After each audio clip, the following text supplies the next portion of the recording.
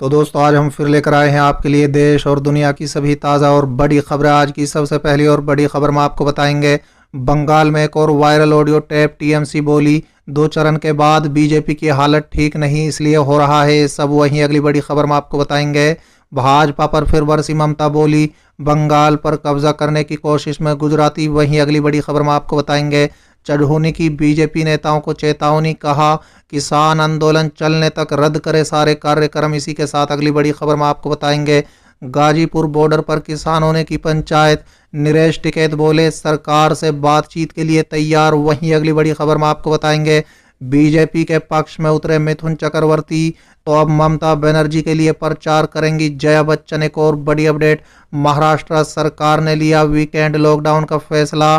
बताएंगे क्या खुलेगा और क्या रहेगा बंद। इसी के साथ अगली बड़ी खबर में आपको बताएंगे, प्रधानमंत्री का दीदी कहना टीएमसी को पसंद नहीं, महिला नेताओं ने प्रेस कॉन्फ्रेंस कर उठाए सवाल। एक और बड़ी अपडेट, लाठीचार्ज के विरोध में किसानों ने जाम किया NH9, पूरे हरियाणा के मार्ग को बंद करने का अल्टीमेट। तो चलिए देख लेते हैं आज की पहली बड़ी खबर।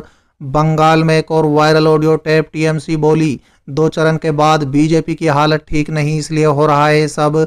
दरअसल दोस्तों, पश्चिम बंगाल विधानसभा चुनाव के 2 चरणों के चुनाव संपन्न हो चुके हैं और तीसरे चरण के लिए 6 अप्रैल को वोटिंग होगी। इस बीच चुनावी मैदान में उतरे राजनीतिक दलों की तरफ से लगातार आरोप प्रत्यारोप का सिलसिला जारी है। बंगाल में एक और ऑडियो टेप वायरल होने पर टीएमसी ने रविवार को सफाई दी और उसे बीजेपी की बौखलाहट करार दिया। टीएमसी ने कहा है कि बंगाल में अब तक की वोटिंग में बीजेपी की हालत ठीक नहीं है। दोस्तों बता दें, राज्य के मंत्री और टीएमसी नेता सुब्रत मुखर्जी ने कहा है कि ऑडियो टेप में टीवी में देखा गया है 2 आदमी बात कर रहे हैं, कौन किससे बात कर रहा है ये साफ नहीं है। पहले 2 चरण के चुनाव के बाद उनको पता है कि उनके हालात ठीक नहीं है, इसलिए इतना कुछ हो रहा है। चलिए अगली खबर, भाजपा पर फिर बरसी ममता बोली, बंगाल पर कब्जा करने की कोशिश में गुजराती। दरअसल दोस्तों, पश्चिम बंगाल विधानसभा चुनाव के 2 चरणों के मतदान हो चुके हैं। अगले चरण के चुनाव से पहले तृणमूल कांग्रेस समेत सभी राजनीतिक पार्टियों ने वोटर्स को लुभाने के लिए अपनी पूरी ताकत झोंक दी है। एक दूसरे पर आरोप प्रत्यारोप लगने का दौर जारी है। पश्चिम बंगाल की मुख्यमंत्री और टीएमसी की मुखिया ममता बनर्जी ताबड़तोड़ रैलियां कर रही हैं। इस दौर में आज ममता बनर्जी ने हावड़ा में चुनावी सभा को संबोधित किया, जहां वो एक बार फिर से भारतीय जनता पार्टी और प्रधानमंत्री नरेंद्र मोदी पर जमकर बरसी।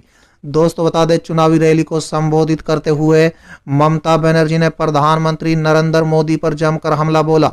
ममता ने कहा है कि मोदी सिंडिकेट 1 और अमित शाह सिंडिकेट 2 है। ये दोनों अभिषेक, सुदीप और स्टालिन की बेटी के घर पर जांच एजेंसियों को भेज रहे हैं।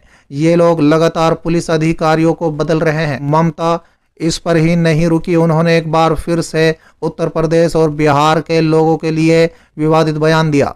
दोस्तों बता दें, ममता बनर्जी ने भाजपा पर हमला बोलने के साथ ही प्रधानमंत्री नरेंद्र मोदी, गृह मंत्री अमित शाह पर हमला बोला। ममता ने कहा है कि गुजरात के लोग बंगाल पर कब्जा करने की कोशिश में लगे हैं।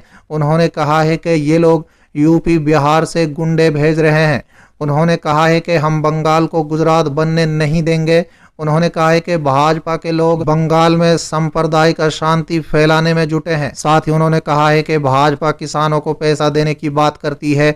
मैंने केंद्र को लाभार्थी किसानों की पूरी सूची भेजी थी, लेकिन उनकी तरफ से बंगाल के किसानों को कुछ नहीं भेजा गया। चलिए अगली खबर, चढ़ोनी की बीजेपी नेताओं को चेतावनी, कहा किसान आंदोलन चलने तक रद्द करे सारे कार्यक्रम। दरअसल दोस्तों, मुख्यमंत्री के कार्यक्रम का विरोध कर रहे किसानों पर लाठीचार्ज के विरोध में जहां हरियाणा में जगह जगह रोड जाम किए गए, वहीं मामले की गंभीरता को देखते हुए रोहतक में किसान और किसान नेताओं ने आपातकालीन पंचायत बुलाई है, जिसमें भाजपा और जेजेपी नेताओं को तुरंत प्रभाव से सभी कार्यक्रम रद्द करने की चेतावनी दी है। दोस्तों बता दें, किसान नेता गुरनाम सिंह चढ़ूनी ने मुख्यमंत्री पर सीधे सीधे आरोप लगाते हुए खट्टर जानबूझकर कार्यक्रम में शिरकत कर रहे हैं ताकि लोगों में आपसी टकराव हो और प्रदेश दंगे की आग में झोंक दिया जाए। दोस्तों बता दें, किसान नेता ने कहा है कि अगर भाजपा अपने कार्यक्रम नहीं रद्द करती है तो 6 अप्रैल को बैठक कर बड़ा फैसला लिया जाएगा। कल किसानों द्वारा सूबे के मुख्यमंत्री मनोहर लाल खट्टर का विरोध कर रहे किसानों के साथ मारपीट हुई थी,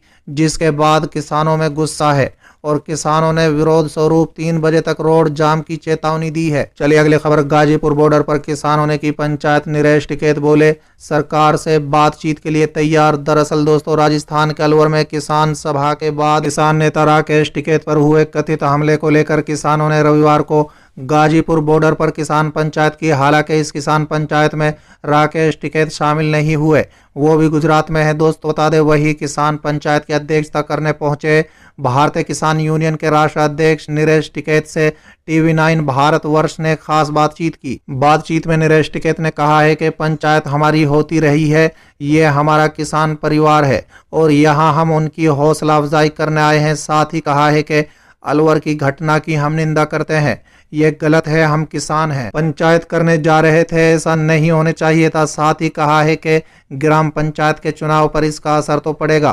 पहले बीजेपी के टिकट के लिए मारामारी थी, अब उम्मीदवार बीजेपी के टिकट पर चुनाव लड़ने के लिए तैयार नहीं हो रहे हैं। इसके अलावा कहा है कि बातचीत के लिए रणनीति सरकार को तय करनी चाहिए।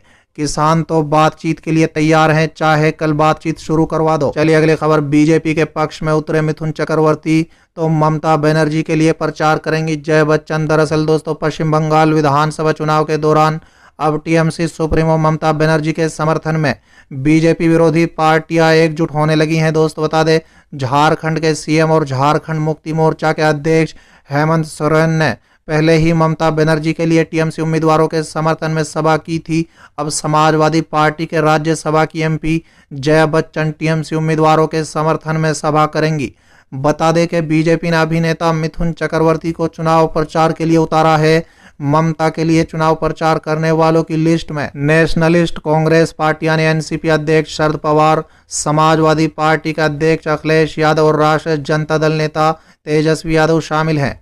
हाल ही में CM ममता बनर्जी ने पत्र लिखकर विरोधी दलों के नेताओं से एकजुट होकर लड़ाई करने का आह्वान किया था। दोस्तों बता दें, ममता बनर्जी के मंत्री सुब्रत बनर्जी ने रविवार को बताया है कि जया बच्चन रविवार की रात को कोलकाता पहुंच रही हैं। वो 5 अप्रैल से लेकर 8 अप्रैल तक बंगाल में रहेंगी। कोलकाता में वो टालीगंज से TMC के उम्मीदवार अरूप विश्वास के समर्थन में रोड शो करेंगी। बता दें कि अरूप विश्वास के खिलाफ बीजेपी ने केंद्र मंत्री बबुल सुप्रियो को उम्मीदवार बनाया है। चलिए अगली खबर, महाराष्ट्र सरकार ने लिया वीकेंड लॉकडाउन का फैसला। दरअसल दोस्तों, महाराष्ट्र में कोरोना वायरस के खिलाफ जंग में CM उद्धव ठाकरे ने बड़ा फैसला लिया है। रविवार को कैबिनेट मीटिंग हुई जिसमें वीकेंड लॉकडाउन लगाने का फैसला लिया गया है। महाराष्ट्र सरकार में मंत्री और NCP नेता नवाब मलिक ने कहा है कि वीकेंड लॉकडाउन तय हो गया है, सभी फैसले सोमवार से लागू होंगे। उन्होंने कहा है कि राज्य में 2 दिन शनिवार और रविवार को लॉकडाउन लगाया जाएगा। दोस्तों बता दें, राज्य में 2 दिनों के वीकेंड लॉकडाउन का निर्णय लिया गया है। शुक्रवार रात 8 बजे से शुरू होने वाला लॉकडाउन सोमवार सुबह 7 बजे तक चलेगा। शनिवार और रविवार को कड़ा लॉकडाउन रहेगा। दोस्तों बता दें, अति आवश्यक सेवाएं शुरू रहेंगी, सब्जी मार्केट खुले रहेंगे, दुकान और होटलों में पार्सल सेवाएं शुरू रहेंगी। चलिए अगली खबर, प्रधानमंत्री का दीदी कहना TMC को पसंद नहीं। महिला नेताओं ने प्रेस कॉन्फ्रेंस कर उठाए सवाल। दरअसल दोस्तों, तृणमूल कांग्रेस की महिला नेताओं ने प्रेस कॉन्फ्रेंस कर प्रधानमंत्री मोदी के उस संबोधन पर सवाल उठाए हैं जिसमें PM ने ममता बनर्जी को व्यंग्यात्मक रूप से दीदी बुलाया था। TMC ने उसे महिलाओं का अपमान बताया है। दोस्तों बता दें, मिदनापुर से TMC के उम्मीदवार जून माल्या ने कहा है कि देश के प्रधानमंत्री को इस तरह की भाषा का इस्तेमाल करना शोभा नहीं देता। दोस्तों बता दें, TMC की तरफ से कहा गया है कि जिस अंदाज से प्रधानमंत्री ने बात की, ये महिलाओं का सम्मान है, इसलिए उन्होंने प्रेस कॉन्फ्रेंस की। देखा जाए तो इस चुनावी दौर में दोनों ही पार्टियां एक दूसरे पर दबाव बनाने की कोशिश कर रही हैं। एक तरफ बीजेपी ममता बनर्जी पर दबाव बनाने की कोशिश कर रही है, वहीं TMC भी PM मोदी पर दबाव बनाने का कोई मौका नहीं छोड़ रही है। चलिए अगली खबर, लाठीचार्ज के विरोध में किसानों ने जाम किया NH9, पूरे हरियाणा के मार्ग बंद करने का अल्टीमेट। दरअसल दोस्तों, रोहतक में CM मनोहर लाल के कार्यक्रम का विरोध कर रहे किसानों पर हुए लाठीचार्ज के विरोध में नेशनल हाईवे 9 पर रामायण टोल प्लाजा पर किसानों ने जाम लगा दिया। शाम करीब 6:30 बजे किसानों ने वाहनों के आवाजाही पर रोक लगा दी। दोस्तों बता दें, सरकार के खिलाफ नाराबाजी शुरू कर दी। आसपास के काफी गांव से किसान रामायण टोल प्लाजा पर पहुंच गए। महिलाएं भी काफी संख्या में टोल प्लाजा पर मौजूद रही। इस दौरान हिसार और दिल्ली रोड जाम के चलते काफी वाहन जाम में फंस गए।